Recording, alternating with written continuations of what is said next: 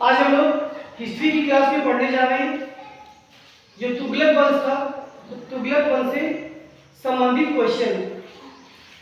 और ये जो तुगलक वंश है तो इसमें जो है तुगलक वंश, तो हम लोग इसके मुख्य मुख्य क्वेश्चन पढ़ने वाले हैं। तो जैसे कि सबसे पहले क्या बताएंगे, सबसे पहले बताएंगे कि इसका संस्थापक कौन था। एक क्वेश्चन भी ये याद कर लीजिए कि इसका संस्थापक कौन था। तो संस्थापक में जो नाम देंगे गयासुद्दीन तुगलक था।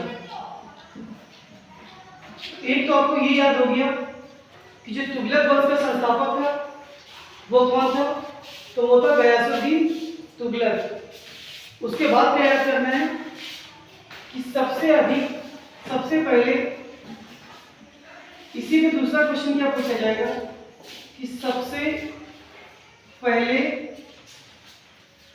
जो नहर का निर्माण है, नहर निर्माण ये किसने कराया था।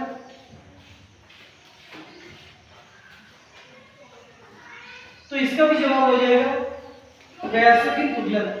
तो गयासुद्दीन तुगलक पे दो क्वेश्चन बनने वाले हैं। एक क्या बनेगा, एक बनेगा कि ये तुगलक वंश का संस्थापक था। क्या बनेगा, एक क्या बनेगा कि ये तुगलक वंश का संस्थापक था। दूसरा क्या बनेगा, दूसरा बनेगा कि सबसे पहले जो नहरों का निर्माण कराया था। क्या बनेगा कि सबसे पहले नहर का निर्माण किसने कराया था।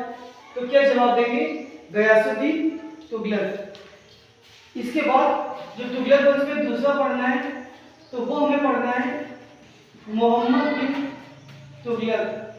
क्या पढ़ना है, मोहम्मद बिन तुगलक। और इसके विषय में भी दो चार बातें याद करेंगे। उनमें से पहली बात क्या है कि जो सबसे महत्वपूर्ण है, क्या पूछा जाता है कि इसका उपनाम क्या था। क्या पूछा जाएगा कि इसका उपनाम क्या था। एक क्वेश्चन तो ये आता है, उपनाम में क्या जवाब देंगे कि जौना था इसका उपनाम था। एक याद कर लीजिए। उसके बाद जो और पूछा जाएगा कि जो इब्न बतूता, क्या पूछा जाएगा, इब्न बतूता ये किसके शासनकाल में आया था। इब्न बतूता किसके शासनकाल में आया था, तो क्या जवाब देंगे मोहम्मद बिन तुगलक। उससे भी महत्वपूर्ण है कि ये कहाँ का रहने वाला था, तो ये मोरक्को का रहने वाला था। ये आप लोग याद करेंगे। इसके साथ साथ इसकी एक प्रसिद्ध पुस्तक थी। क्या थी, एक प्रसिद्ध पुस्तक थी। इस पुस्तक का जो नाम था, क्या जवाब देंगे, इस पुस्तक का जो नाम था वो रेला था। क्या जवाब देंगे, इस पुस्तक का जो नाम था वो रेला नाम याद रखना है। इब्न बतूता किसके शासनकाल में आया था, तो मोहम्मद बिन तुगलक के। इसका उपनाम क्या था, तो जौना खान नाम। देखिए ये जो क्लास आपकी चल रही है ये बहुत संक्षेप में बताया जा रहा है, लेकिन यूपीएमएस की स्पेशल क्लास है। इसमें तुगलक वंश से क्वेश्चन बाहर नहीं जाने वाला आपका। अब इसके बाद बात करते हैं फिरोज तुगलक। किसकी बात करेंगे, तो फिरोज शाह तुगलक की बात करेंगे। बात करेंगे हम लोग फिरोज शाह तुगलक की। तो इसने दो नगर बसाए थे। कौन कौन से, एक याद करेंगे जौनपुर, दूसरा याद करेंगे हिसार। ये आपको याद रखना है कि फिरोज शाह तुगलक के द्वारा दो नगर बसाए गए थे, जैनपुर और हिसार। बसाए तो और गए थे, लेकिन जो महत्वपूर्ण नगर है उनकी बात हम लोग कर रहे हैं। इसके अतिरिक्त कि सबसे अधिक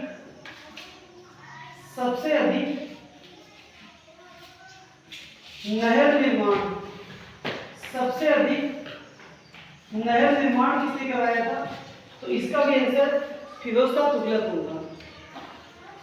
तो जहां तक हम समझ रहे हैं कि जो आपका तुगलक वंश है, इससे ज्यादा क्वेश्चन यूपीएमएस के एग्जाम में बिल्कुल नहीं आने वाला। तो हम लोग क्या याद रखेंगे कि मोहम्मद बिन तुगलक के विषय में पढ़ेंगे और क्या पढ़ेंगे कि इसका जो उपनाम था, उपनाम आप लोग याद करेंगे। उपनाम क्या था? जौना था।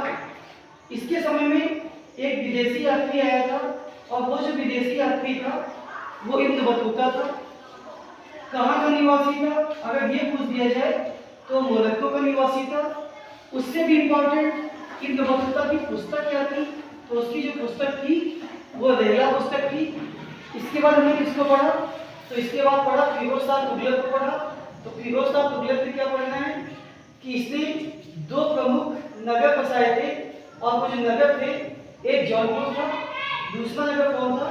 तो दूसरा नगर हिसार था। सबसे अधिक जो नहर निर्माण कराया था वो किसने कराया था? तो वो कराया था फिरोज शाह तुगलक। मोहम्मद बिन तुगलक का एक क्वेश्चन और बनता है और वो ये क्वेश्चन बनता है कि जो राजधानी थी, क्या बताएंगे कि जो राजधानी थी वो दिल्ली से दौलताबाद कौन लेके गया था? तो इसका भी जवाब क्या होगा? तो इसका भी जवाब होगा कि वो मोहम्मद बिन तुगलक होगा। क्या होगा? मोहम्मद बिन तुगलक। तो एक क्वेश्चन ये बनेगा, संस्थापक नहर का निर्माण किसने कराया था? फिर जौना खान किसका नाम था? इब्न बतूता कहाँ का निवासी था और उसकी पुस्तक क्या थी? फिर 6 नंबर पर राजधानी दिल्ली से दौलताबाद कौन ले गया था? जौनपुर शहर किसने बसाया था? हिसार शहर किसने बताया था? और सबसे अधिक नहरों का निर्माण किसने कराया था? एक क्वेश्चन गयासुद्दीन तुगलक पे और याद कर लीजिए। अगर ये पूछ दिया जाए कि जो लकड़ी का महल था, लकड़ी का महल गिरने से किसकी मृत्यु हुई थी? किसकी मृत्यु हुई थी? तो इसका भी जवाब क्या होगा? तो गयासुद्दीन तुगलक क्या जवाब देंगे कि इसके स्वागत के लिए एक महल बनाया गया था और इस महल में गिरकर दबने से इसकी मृत्यु होती है। लास्ट में अगर ये पूछ दिया जाए कि दिल्ली सल्तनत का ऐसा कौन सा सुल्तान था जिसने अपनी आत्मकथा लिखी? दिल्ली सल्तनत का ऐसा कौन सा सुल्तान था जिसने अपनी आत्मकथा लिखी? तो क्या जवाब देंगे? फिरोज शाह तुगलक का। तो ये आपका व्यापक क्वेश्चन हो जाएगा। आत्मकथा लिखने वाला कौन था? आत्मकथा लिखने वाला फिरोज शाह तुगलक था।